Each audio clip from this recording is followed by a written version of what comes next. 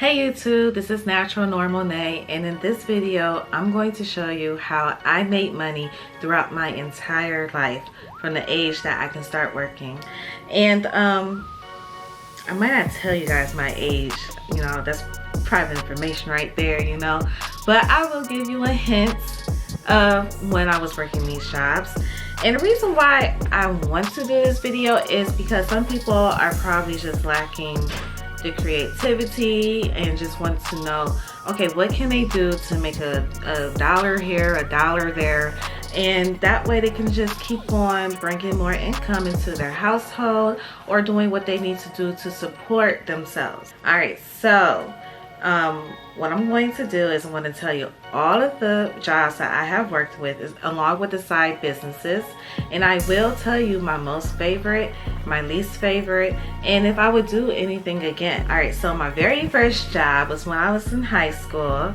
It was a fast food job, and I was working for Burger King, and I did everything there, from doing the drive-through windows to cooking to cleaning.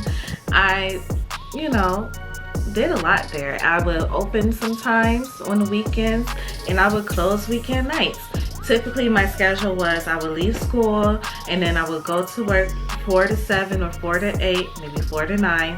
I don't know what, it was just like my schedule was all over the place, but I really liked cooking there. It was a very competitive job as far as me trying to beat the schedule and what we needed to do in order to make our orders. Along with working at Burger King, I also had another job. So I basically was working 2 different jobs at the same time in high school.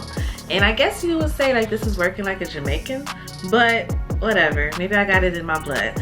But the other jobs that I was working had to do with a gas station, and it was either Sheetz, as my very first gas station that I worked at, or Get-Go.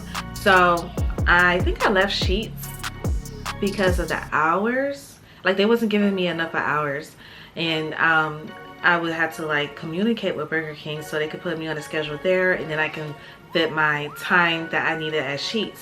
But around the same time they were building a Get-Go, and if you don't know about Get-Go, around, you know, the Midwest region, we have Get-Go and Giant Eagle. They were building this around that time. Quit Sheetz, but at the same time I was still working Burger King and ended up getting a job at Get-Go. And just overall working at a gas station, it was decent. I mean, you just put money on people's pumps, clean, empty trash. Sheetz and Get-Go, you actually did make food there. So there was like a deli kitchen. So sometimes I'll be in the kitchen if I'm not working up front. And then one thing about Sheetz was they had like like an espresso bar, like a mini Starbucks. That was like one of the hardest parts for some reason, making espressos. And me, like, no, I would just pay somebody to make my own espresso. But yeah, that was the most difficult part about that job. So yeah, that's working at the gas station. The next jobs I am going to tell you about was when I used to work during college. My first jobs, I should say, on campus was an administrative, a student assistant basically. So in the physics department, I would sit at the very front desk. I would welcome guests, I would welcome students. Sometimes I would grade students' papers, or not papers, but their quizzes and tests, depending on what the professors in that department needed me to do. I will also scan in different documents, just do different different types of things. So it was very laid back. I was able to do my homework as well while I was working there. And then I would work there probably about 2, maybe 3 hours a day. And then I would go do some tutoring after class or whenever in between classes. And I did tutoring for 2 different departments. My first tutoring gig on campus was for high schoolers that would come on campus for our after school program.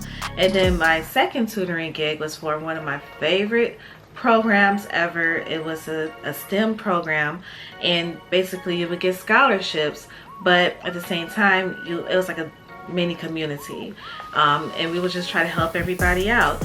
So my favorite subjects to tutor, of course, is math. I love math.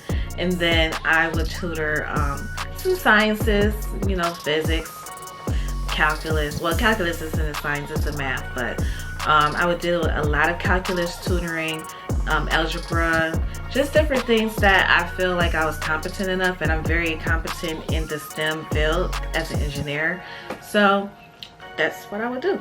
Now off campus, I started working different jobs off campus in my sophomore year. So mind you, I worked my on-campus jobs all throughout college. Around sophomore year, I started working at call centers. And there was 2 different call centers that I worked for. And I would basically handle calls for Cox Communications. And I would do a lot of the troubleshooting and dealing with customers when it came to internet and cable.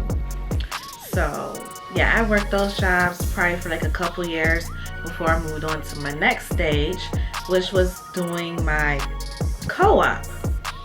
And when you do an engineering degree, you do a co-op. It's like an internship, a paid internship. And this one I did for a nuclear power plant. I did it for 3 different semesters. And this is like the most money I had ever seen in my age range. So just to backtrack a little bit, I was getting paid, I think $6.55, maybe less than that, maybe $5.85. I think I started off at working at fast food restaurants. When I was working at the gas stations, I was like in the $7 to $8 range. And then when I got on campus, I was at the $9, $10 range. So just imagine how much money I was making at this co-op. I was making about close to $20 an hour. And during my co-op one semester, there was an outage. So that was 12-hour days. Okay, so just saying I was hourly and I was making time and a half, and I'm still in college. Like, I was living my life. Now, after my co-op was finished, I didn't go back to working the call center jobs. Honestly, they were stressing me out, okay? So I decided to go be a pizza delivery driver for Marco's Pizza and Pizza Hut. And I really like driving around, but I love the tips even more. So honestly, Marco's, I didn't get paid as much tips as I got paid working at Pizza Hut. And I can't even remember, did I get a base pay? I know I got a base pay, but I can't remember if it was lower than the minimum wage or at minimum wage, and then I got whatever was on top of that. Because sometimes I wouldn't be out delivering pizzas all the time. Like, I would be in the kitchen or up front, mainly up front, taking the calls or helping customers that wanted to place their orders. So I was doing a lot of like everything at Marco's, but at Pizza Hut I was strictly a driver or folding boxes. And sometimes I might drop some wings, but I was mainly out on the road. And I think I worked later hours at Pizza Hut than Marco's, but I also got way more tips at Pizza Hut. So yeah, I did the pizza delivery all the way up until I almost graduated. I know I quit it because I was just driving around one day and I was like, I did not feel like going to work.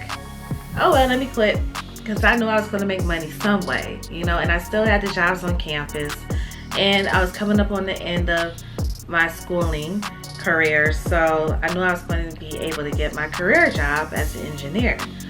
Only thing is, it took me 3 months to find my first career job.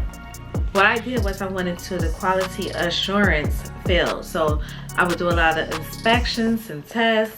Also, I had to put in different measures for that we had to uphold within the plants. I came to my current job as a manager. So I was an engineer, turned into manager at my first job, and now working as a manager at my second career job.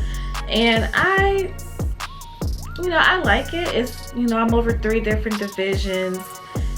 It's a lot of work. I do a lot of trending and analysis. There's a lot of meetings. I do a lot more testing, a lot of receiving inspection from parts that come in from China, all the way to whatever I want to send out to big customers such as Boeing or other aerospace or defense industry companies.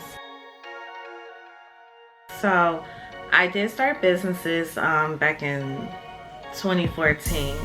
And my basis of my business was that I always wanted to have a consulting agency, but it turned into more tutoring, and I did various levels of tutoring.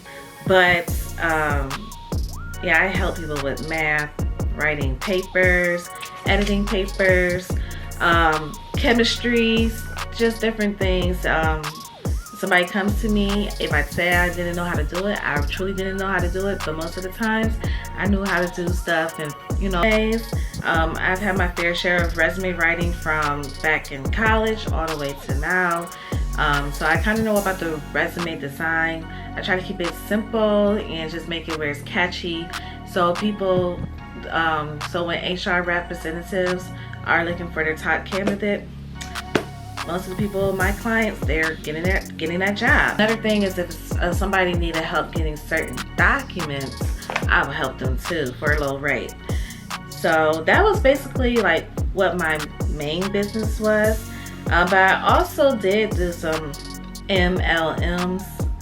So my very first MLM I did was when I was still in college, like that summer I was about to graduate, and I did Mary Kay. So I actually did Mary Kay twice, once in college and once after I had my second child.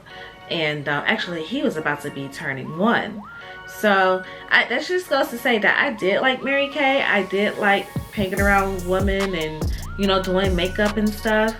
But again, it's not something that I fully control as far as the amount of money that I'm getting paid. Some other MLMs that I did attempt but wasn't very successful in was Norwax, ACN.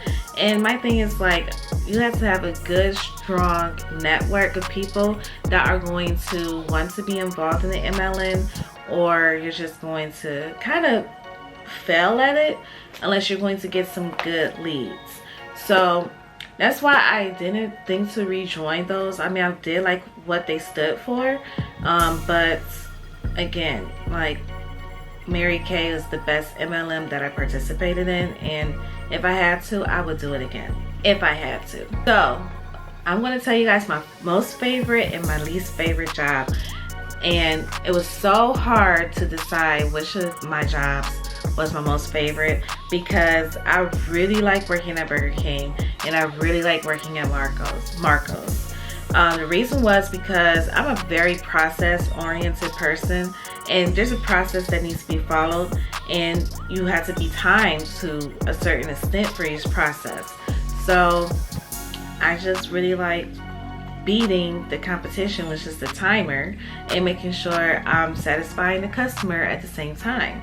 And my least favorite job, honestly, will have to be my co-op. Now I did like working at the nuclear plant, but I did have to get up very early. I had to make an hour drive from where I was living on campus up to the nuclear plant every day.